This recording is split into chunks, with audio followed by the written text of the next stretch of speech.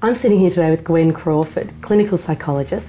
Gwen works with children up to the age of 12 years of age and their families. Today we're going to talk about depression with Gwen. Hi Gwen. Hello. Gwen, tell me, what's the earliest age we can detect depression in children?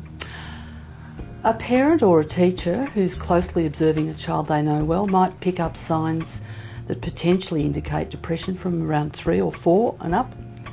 Very young children can show a change in their behaviour. Right.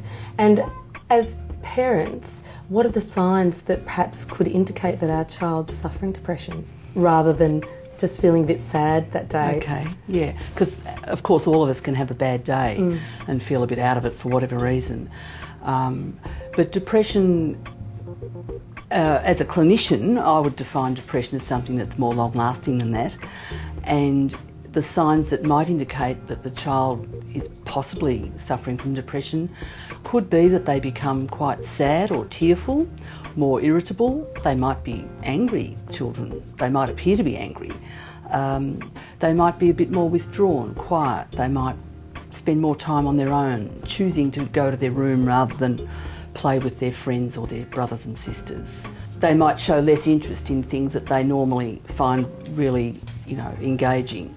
So that if they really love playing with their cars, but suddenly it doesn't. Suddenly, they can't be tempted to do things that normally. Those sorts of signs would be ones that, as for a parent, I'd be suggesting, really need to be looked at, addressed.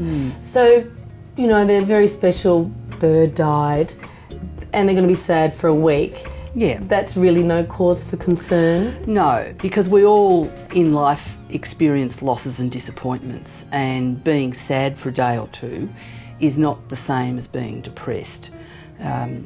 We expect that people feel sad when something isn't, something unhappy happens.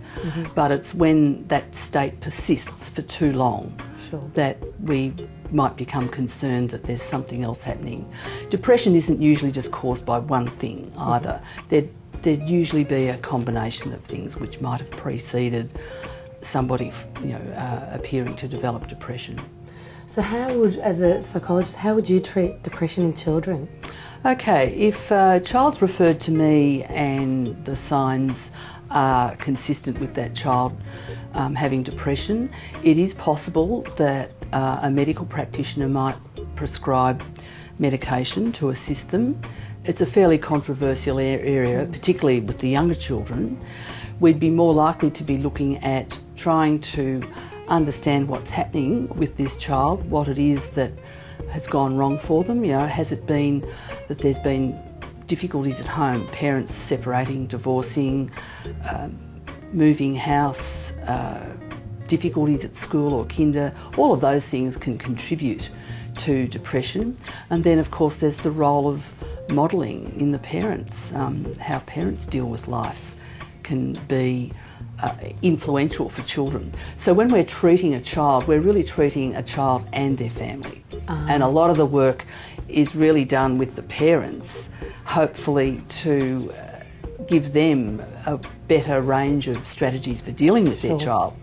So that it's reinforcing what you... Yes. I mean, I will work with children as well on their own, but it's no good me working with a child for an hour a week if they go out of my room to an unchanged set of circumstances at home or at school. So that that's how parents can help their child if the child's suffering depression, is by trying to always be positive, helping the child look at situations from a different angle, not necessarily. Yeah, although I suppose it's not fair to say to someone who's depressed either, "Oh, look on the bright side," or "Pull your socks up." That's not helpful, because they can't help it. But parents and clinicians can help children to develop more adaptive patterns of thought. What we call cognitive behaviour therapy, for example, can be modified for quite young children and assist them to have perhaps a more open mind about the meaning of something. If I give the example of you saying hello to me as you walk past in the street and me not responding, you might be thinking, oh, she doesn't like me, or she doesn't want to say hello to me, she doesn't want to acknowledge me. And you might feel a bit miserable about that. You'd be wondering, oh, you know, what's happened? But it might be that I didn't hear you. Yeah. And so my lack of response is nothing about you, it's about me. And yet you can see from that sort of example that how you think about something could possibly influence how you feel about what happened.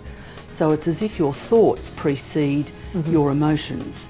And if we can help you develop more robust and adaptive habits of thought, then your emotional responses will be also slightly more helpful. So I guess also in that comes building self-confidence in Yes. children. Yes. To see that, well, it wasn't a personal slur against you, Yes. or that didn't occur because of you. It was just what would have happened anyway. And children need a lot of help to understand the world in general, because, you know, we all are familiar with the 4-year-old who will say after some disagreement at kinder, well, you're not my friend anymore.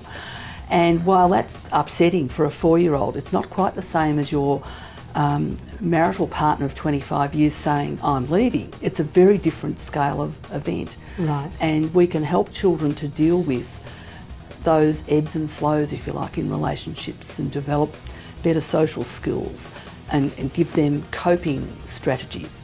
So Gwen, how can parents seek more information regarding depression in Okay. children to help them? Okay, there's a number of really good websites that we're aware of. Beyond Blue and the Depression Net. Maternal and child health nurses, family doctors are also really good primary points of call when a parent is concerned about their child. Teachers will often notice changes in a child's behaviour too. Sure. So, and they might in fact be the first to notice. If a child is miserable at home but very happy at school, I'd be inclined to think that that's not depression, that's something else. Right. Gwen, thank you so much for your time. Your information has been fantastic and really helpful, I'm sure, to a lot of parents out there. Thank you, Gwen. Thank you. Thank you.